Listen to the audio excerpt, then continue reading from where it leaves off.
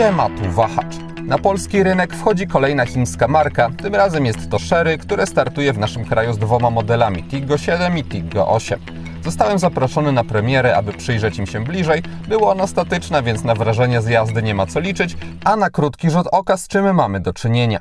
Oba zaprezentowane modele są SUV-ami. Zgodnie z numeracją 7 jest trochę mniejsza niż 8, przy czym układy napędowe mają one wspólne.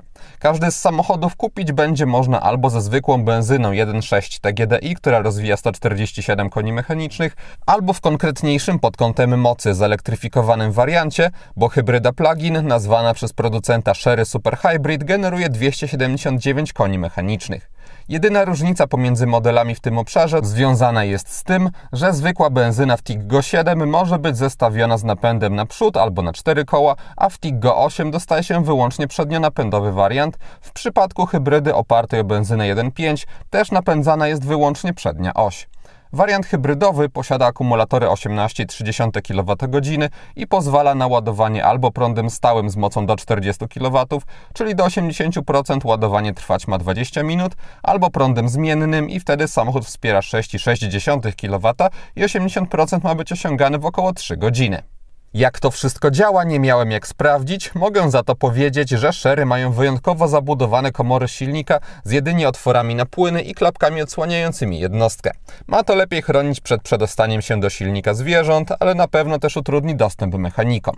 Oba prezentowane modele różnią się za to gabarytami. W przypadku 7 mówimy o SUV-ie mającym 455 cm długości i 186 cm szerokości, który może pomieścić maksymalnie 5 pasażerów.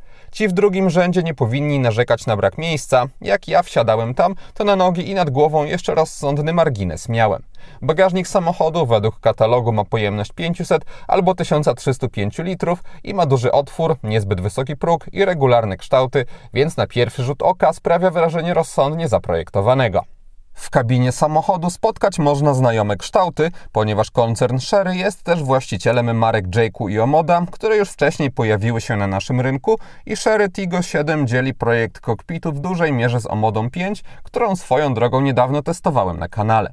Ogólnie całość wygląda moim zdaniem ładnie i też dostajemy dobre pod kątem jakościowym materiały z miękkim wykończeniem ekoskórą w bardziej eksponowanych miejscach czy ze wstawkami z imitacji włókna węglowego.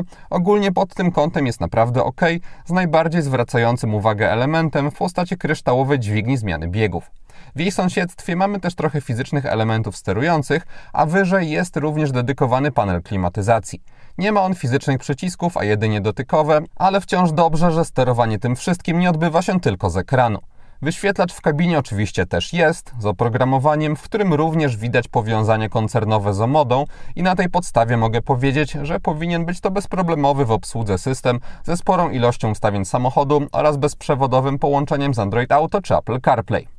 Ceny Tiggo 7 wyświetlam aktualnie na ekranie. Dostaje się w nim 3 półki wyposażeniowe bez możliwości zamawiania pojedynczych opcji.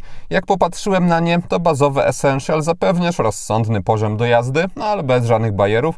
Najrozsądniejsze jest środkowy komfort, a Prestige jest propozycją dla osób, które nie patrzą aż tak na pieniądze i mogą dopłacić za panoramiczny dach czy wyświetlacz head-up. Przechodząc do Tiggo 8, to w jego przypadku dostaje się nadwozie mające 472 cm długości i 186 cm szerokości.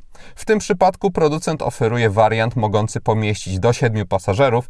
Nie sprawdzałem ilości miejsca w trzecim rzędzie. Stawiam, że fotele w nim będą bardziej awaryjne, ale fakt zostaje, że na tylnej kanapie znowu na ilość miejsca narzekać nie mogłem. Swoją drogą tapicerka jest w Tiggo 8 w topowej wersji, którą prezentuję, naprawdę ciekawa i przyjemna w dotyku. Czas pokaże, jak będzie ona sobie radzić, ale wrażenie estetyczne zapewne lepsze niż zwykłe tkaniny czy ekoskóra. Bagażnik samochodu oferuje do dyspozycji 189, 889 albo 1930 litrów, w zależności od tego, ile foteli jest złożonych. W przypadku 8 również pod kątem otworu załadunkowego czy regularności przestrzeni trudno jest się czegoś czepiać. Tiggo 8 ma gdzieniegdzie zbliżony do mniejszego modelu projekt deski rozdzielczej, ale całościowo prezentuje się on jednak bardziej elegancko i moim zdaniem ładniej. przy zachowaniu wysokiej jakości materiałów, chociaż ogromny ekran o przekątnej 15,6 cala, który wyraźnie odstaje, pewnie nie każdemu przypadnie do gustu. Z drugiej strony taka przekątna na pewno będzie robić pozytywne wrażenie w trakcie użytkowania i na przykład podpięcie Android Auto czy Apple CarPlay. W przypadku większego z pokazywanych SUV-ów niestety menu ekranowe to jedyne miejsce, z którego można sterować większością funkcji klimatyzacji i szkoda, bo jakiś dodatkowy panel na wzór Tiggo 7 by na pewno nie zaszkodził.